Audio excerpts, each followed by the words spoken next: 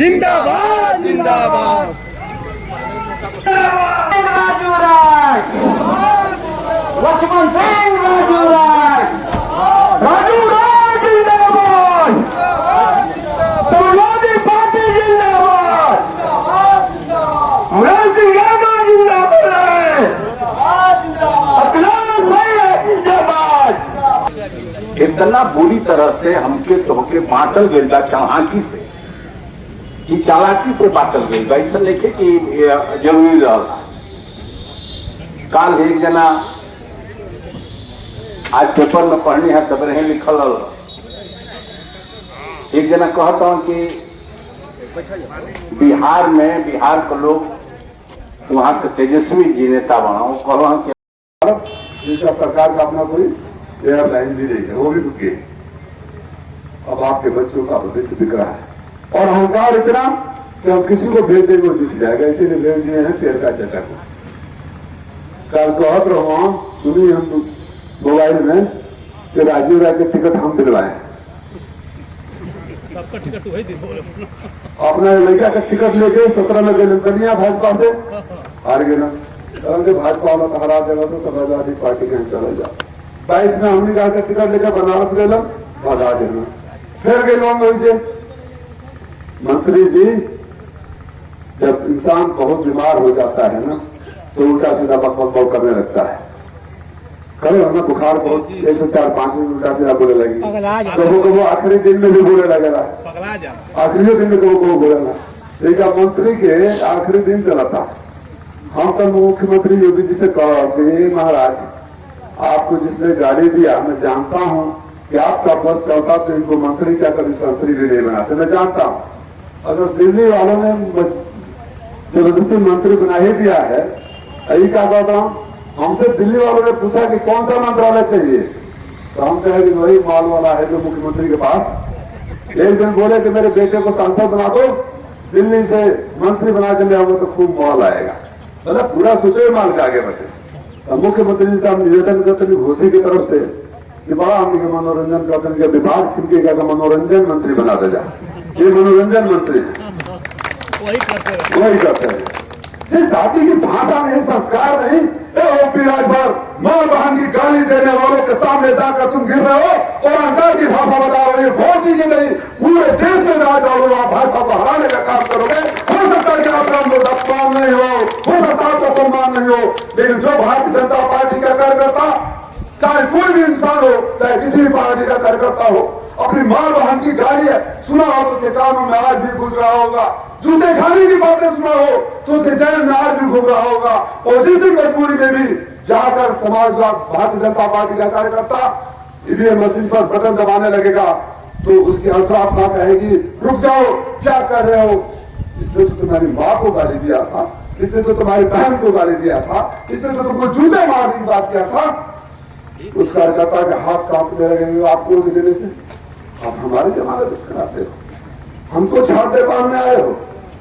आप कहते हो कि मैं खावा साड़ हूं, आप कहते हो कि मैं गाय हूं, आप कहते हो कि मैं तोता हूं, आप कहते हो शेर हूं। मतलब इंसान को छोड़कर सब कुछ हो। हमने पत्रकारों ने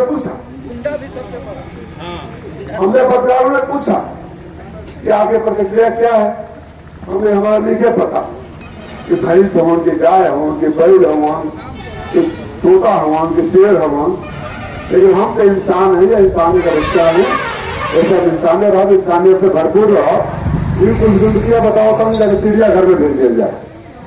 भाई जो अपने को जानवर बताता हो मन से घूम घूम कर उसको कहाँ भेजना चाहिए, चिड़िया घर में ना।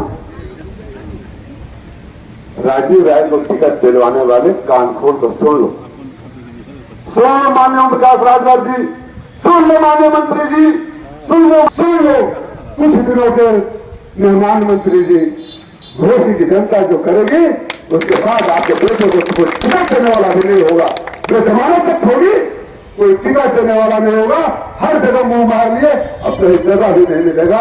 और जो भी जिन्हें अगर मजबूरी में आपको रख लिया तो आपके विभाग का ऐसा प्रमुख सचिव अपॉइंट करेंगे कि अपना टीए डीए के लिए आते रहोगे, मंत्री बनोगे, कोई काम नहीं होगा, भाग के आ जाओगे।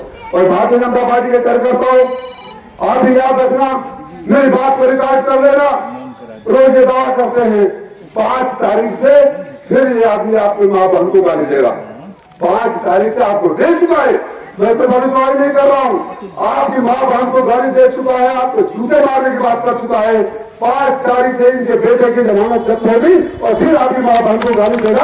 अपने माँ बहन के लिए गाली का बच्चा ले लेना, अपने आत्मसम्मान को खड़ा कर देना, उस व्यक्ति को आईना दिखा देना, जमानत जब्त करके देना कि कैसे चुनाव लड़ना हो, अपना चुनाव लड़ना हो तो गुजरात जाना पड़े। गुजरात, उत्तर प्रदेश में कोई जगह नहीं, मैं कई जगह जाना है। आप बैठते हैं, आपके आए थे संतोष किया, सुबह से शाम तक पूरा एक ही काम है कि मैं दुनिया में कहीं भी रहूं, कोई गरीब आ जाए, उसके पास इलाज के पैसे नहीं हो तो बढ़िया डॉक्टर से दिखाओ, दवा खरीद कर दो। जाने कितने बच्चियों को गोद दे रखा, उनसे इनकम टैक्स के छापे पड़े तो हिसाब पूछा जा रहा। उस आप अपील मैंने साथ में छोड़ा, आप मेरा हाथ मत छोड़ना, आपके मान